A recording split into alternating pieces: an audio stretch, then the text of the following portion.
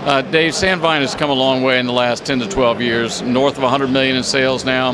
You've got 300 operator customers around the world. What are you seeing as some of the key challenges that mobile operators are facing today? Thanks, Jeff. Well, particularly here in mobile data, it's incredible the broken economics that exist on the planet right now.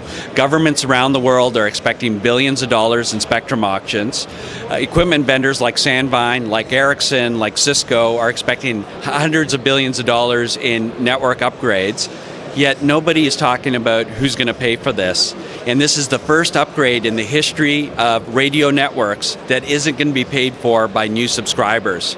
2G, 3G, millions of new subscribers every month paying for that infrastructure. Now, how many people do you know that don't have a mobile device? So this is the first upgrade where existing customers have to pay for that upgrade. And so more than ever, and absolutely right now, service providers, mobile data service providers, their business is going to be selling bandwidth a different way. And that's what Sandvine's core business. 70% of our business now is service creation, helping service providers sell business a different way, in a different tier, application-based tier, machine-to-machine, device-type tiers, quota-based tiers, any way that you could think of selling bandwidth a different way, that's 100% the core of our business. So where does Sandvine plug into a carrier's existing OSS, BSS to be able to offer those new products and services? So our equipment's generally deployed at the first point of routing in the network, in DSL and cable, at the DSLAM, BRAS on DSL, the CMTS or distribution router on cable, on the mobile networks off the GGSN. So we generally see all the data that a subscriber consumes, and our ability to see that data allows us to characterize and enforce some policies on it, and we would communicate either with our own PCRF, or we're deployed in 300 customers around the world, whatever PCRF they've already decided to go with, or whatever OCS they are, and we then say, okay, this is a social networking tier or a Facebook tier. We say, here's that Facebook traffic, let's zero rate it because this person is subscribed to that Facebook tier. And so our using industry standard APIs, 3GPP diameter interfaces, we can communicate to everybody up and down the line, and very often integrated in BSS and OSS, but generally significantly simpler deployments because we're in the network.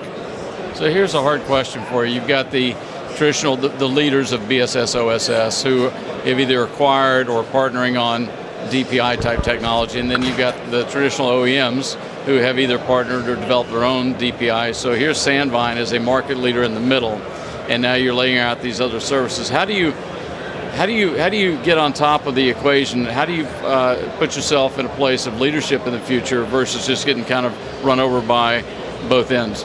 Well, the OSS, BSS leaders have been incredibly disruptive over the past 20 years to internal software development.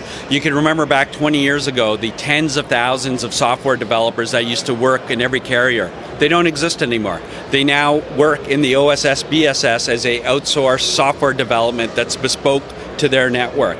What Sandvine's trying to do is be highly disruptive and aligned with the service provider's interests such that you could roll out services significantly easier in a standard product-based and very little configuration.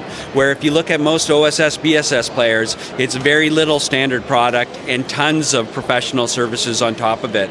And so our business generally is 80 to 90% standard product, 10% professional services of configuration to make it highly flexible for the service provider to very quickly roll that out. So I think we work with a lot of OSS, BSS players, but I think we're also being disruptive to them. And I use that disruptive in the Clayton Christensen Harvard professor way, where he says the most serial disruptor on the planet is making stuff simpler to do for a less professional group of folks, or a less specifically trained group of folks. And I think we could do that for the service providers. And the OSS, BSS players, they have a major space on top of us, $50 to $80 billion a year spent on that.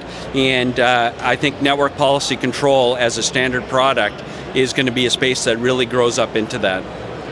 So So again, going back to how you plug into these other players, do you see yourself, you've talked about a service catalog or service enabler, you talked about the fulfillment and activation of it. Do you see yourself coexisting with existing activation and fulfillment, or coexisting with existing service or product catalogs? Well, so what I see us as enabling new service catalogs, but the provisioning, and we're not touching that. The provisioning partners and software and systems that you have in place, we're just going to fit in those as neatly as we can, as effortlessly as we can. And so we won't be going towards that part of the stack. Our stack is going to be the network policy control enablement of those tiers. You know, Sandvine, when we started, 12 years ago, was on the premise of when we looked at our phone bill, we were all spending more on call waiting, call display than we were on dial tone.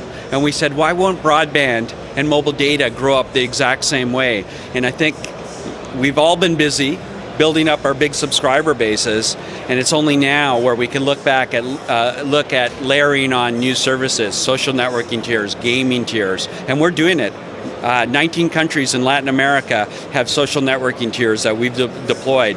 Vox Telecom in South Africa, a gaming tier called Wildfire, completely deployed on our solution. And so we're just at that evolution of the internet and its ubiquitousness that we have to really start looking at what are the different ways we could sell that, given the huge capital investment and spectrum investment that's required, and to pay that off by these new ways of selling bandwidth. Thank you. Hey, thanks, Jeff.